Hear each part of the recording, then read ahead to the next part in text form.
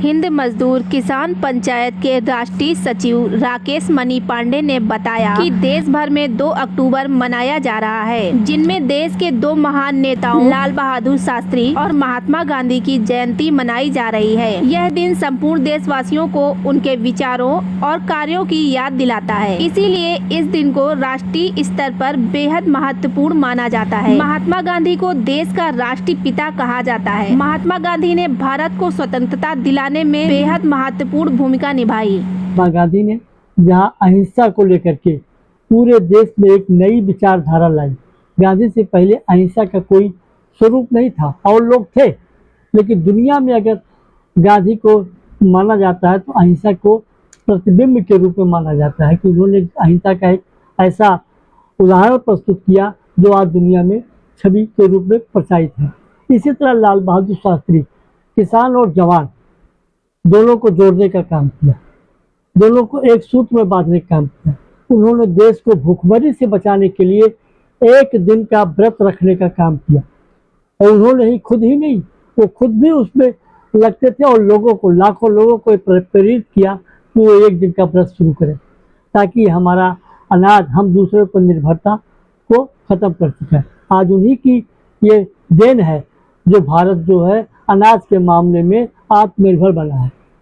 दुर्भाग्य से शास्त्री जी हम लोगों के बीच में ज़्यादा समय तक नहीं रह सके। अगर वो होते तो हिंदुस्तान का परिचय कुछ और होता।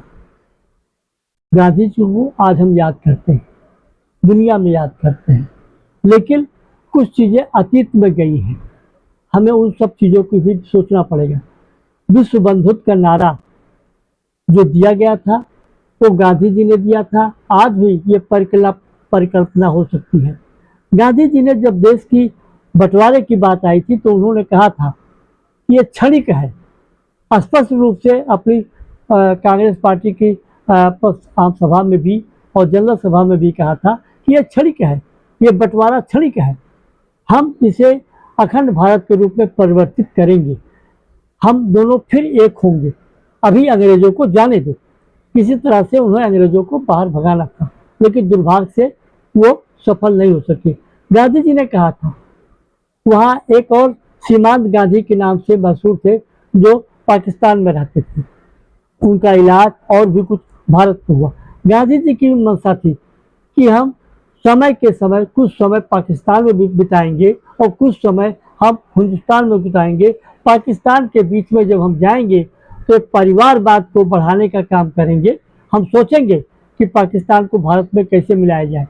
आपको याद होगा कई देश जो टूट के गए और आपस में फिर मिले।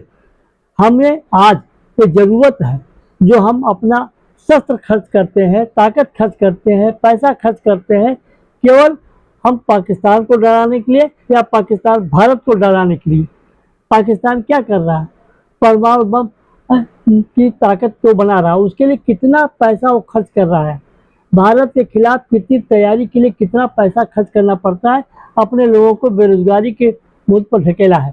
वही हालत भारत की भी है। अगर ये दोनों एक हो जाए तो दुनिया में सर्वप्रथम सर्वश्रेष्ठ राष्ट्र के रूप में हम स्थापित हो सकते हैं, चाहे वो खेल का मैदान हो, चाहे विज्ञान का माहौल हो और चाहे किसी पर। भुखमरी तो अब हो ही नहीं सकती अगर भारत, पाकिस्तान, बांग्लादेश और दूसरे राज्य जो हमारे अखंड भारत के रूप में मौजूद थे जो अलग हो गए, वो सबको एक होना चाहिए। हम केवल एक दूसरे को डराने के लिए हम अमेरिका के गुलाम न बने, हम चीन के गुलाम न बने, हम इंग्लैंड के गुलाम न बने, हम किसी ऐसे देश के गुलाम न बने और हमारी अर्थव्यवस्था इन बड़े राष्ट्रों के पास ना जाए। क्योंकि जब हम कोई चीज़ खरीदते हैं तो उसका मूल्य हमें चुकाना पड़ता है। पाकिस्तान भी आज IMF से और दूसरे लोगों से जो कर्जा ले रहा है उसको चुकाने के लिए बहुत बड़ी